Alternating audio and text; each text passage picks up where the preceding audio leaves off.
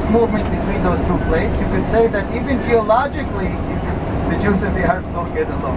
The two plates are in friction, and the upper side is moving 1 centimeter every year.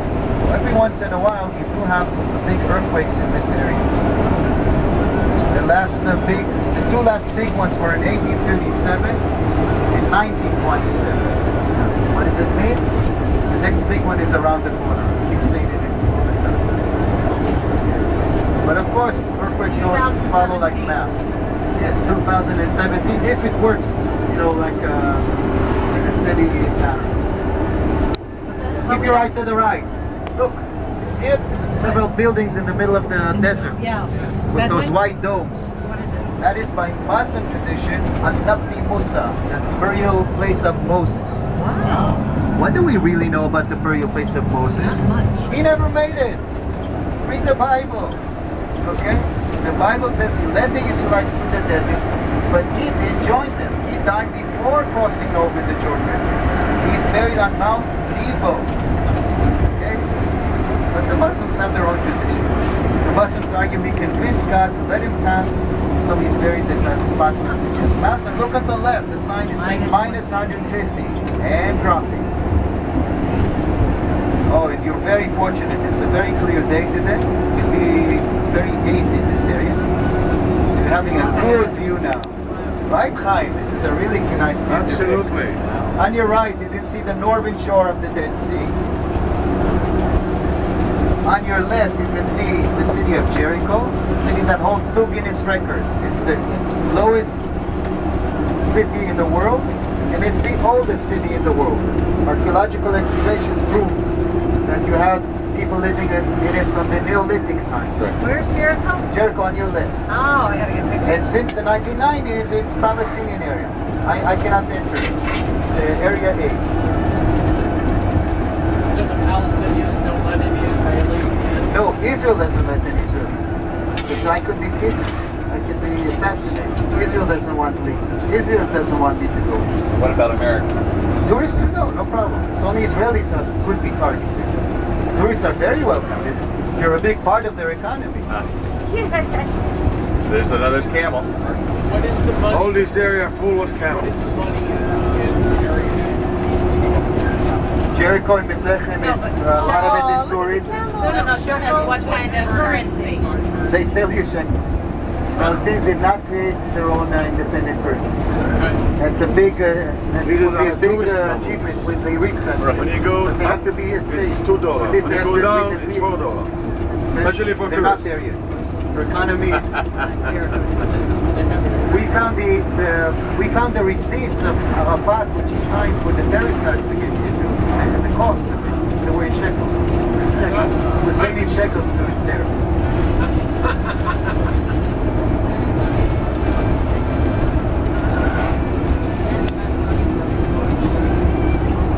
No, that's irony. Irony. That's a good one. That's what Shakespeare would say. תן לי סימן אם אתה רואה רכב פלסטיני.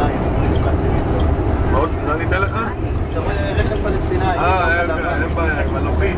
היו, אבל לא שמתי. ברח לנו, עכשיו כולם פנו שמאלה. I need to sit here. My bad. I can't see there. Thank you. Here, take my seat.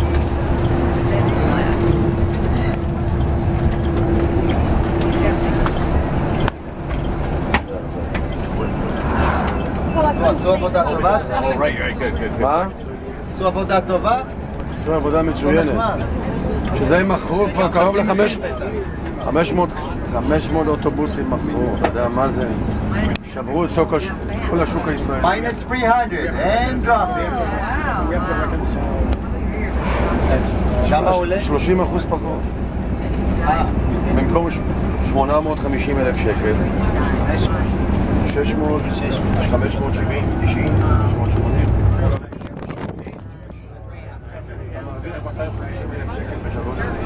המון. אוטובוס, כמה מקומות? לאוטובוס, כמה מקומות? 35 ומדריך 36.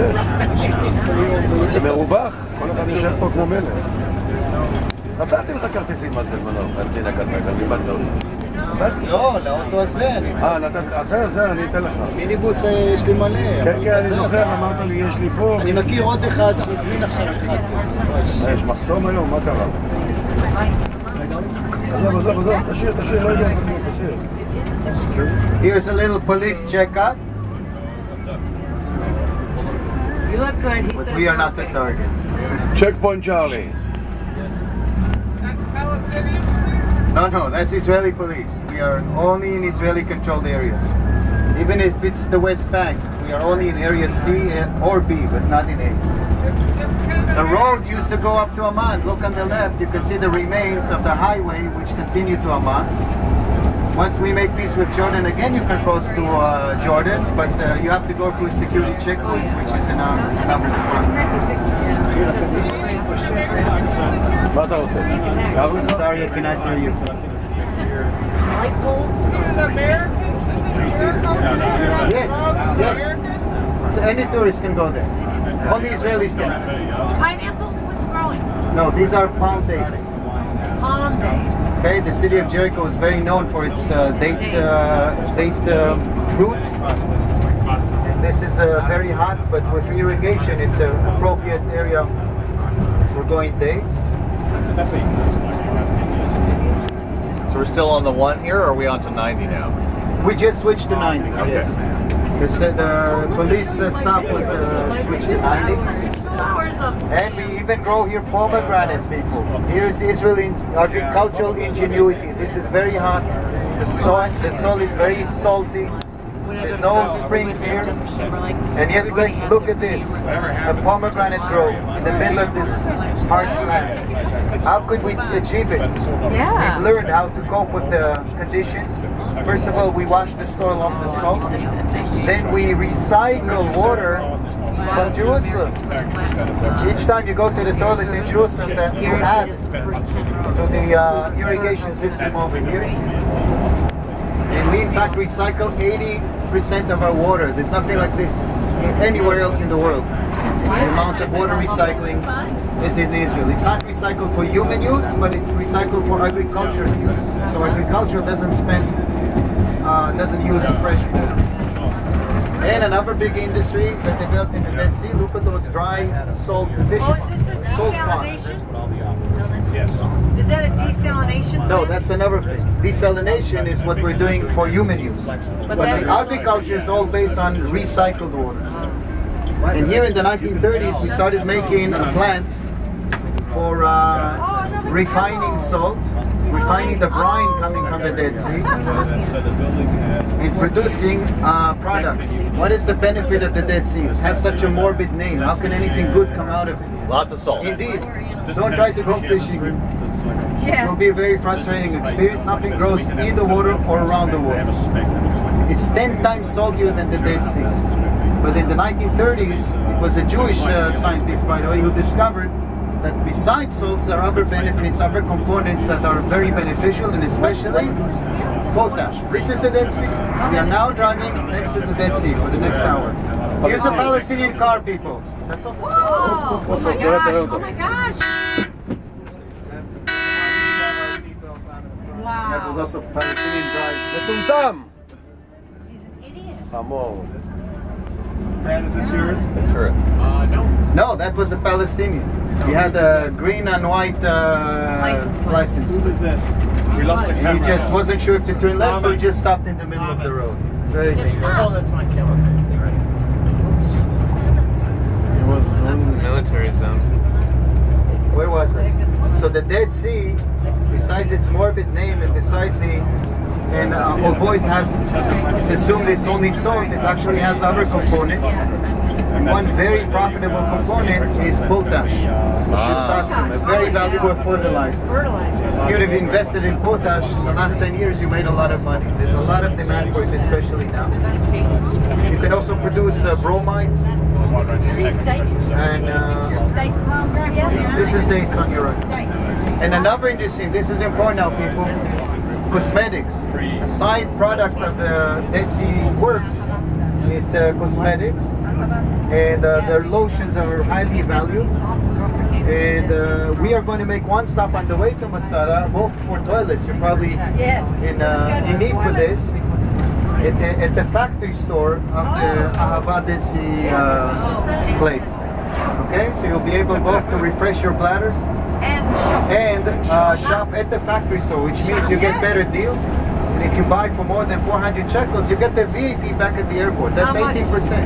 How much? 18? If you buy for more than 400 shekels, you fill out a green form, you get 18, I think 70%. They take a little commission, so it's 17% back at the airport. But don't you have to get there an extra hour then? We'll be there in like 30 minutes. no, an extra hour at the airport to get your VAT. No, unless there's a very long line. It doesn't really take Actually, more than a few minutes. everywhere else Now, keep your eyes to the front. Look at those cliffs, Beautiful. okay? These cliffs is where that startling discovery was made starting the winter of 1947. According to the official story, a Bedouin was looking for his lost gold, and more or less above those date trees on your right, he finds a cave. The cave is long and dark. He's afraid to go in. He throws a stone inside. Instead of hearing his goat, he hears a jar breaking. I don't see a cave. You don't see it from here. You have to go there, but it's in that area. He gets curious. He goes into the cave and he finds 10 jars. 9 are empty. One has 12 wrapped, 7 wrapped scrolls in it. And there's text on it. Now, he doesn't know what he's really holding, so he decides to take it to an antiquity dealer in Bethlehem to take a look at it. Antiquity dealer looks at it and says, take it back to the synagogue where you stole it from, or else you'll get us both into trouble. You realize the dealer thought these are modern Torah scrolls. מאיפה לעצור לתצפית על מערה 4? כן, איפה השלט הצהוב? Are you with me? Yes, Dead Sea Scrolls. The Bedouin doesn't know what he's holding. The dealer thinks it's modern scrolls. The Bedouin wants, what you say in English, a second opinion. Goes to another dealer who takes a look at it, and he's a bit more sophisticated. He sees the potential. However, he plays a poker face, gives him the value of $24 for them and tells him, I'll try to sell it. Let's see if it's worth anything. And then this dealer goes to Professor Eliezer Lipa Sukenik of the Hebrew University. I worked in the same room where Sukenik had his office.